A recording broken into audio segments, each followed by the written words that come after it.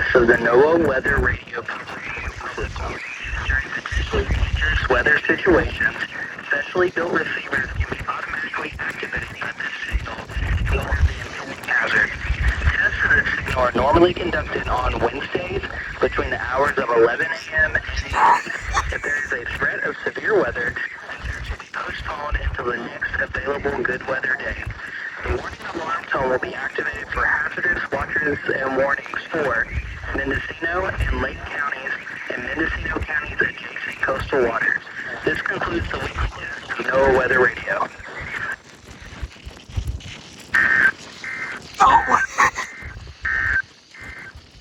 Now the forecast. That was my first live voice on WT. That was my first EKA on WT. What the heck? Yes! I've been waiting years!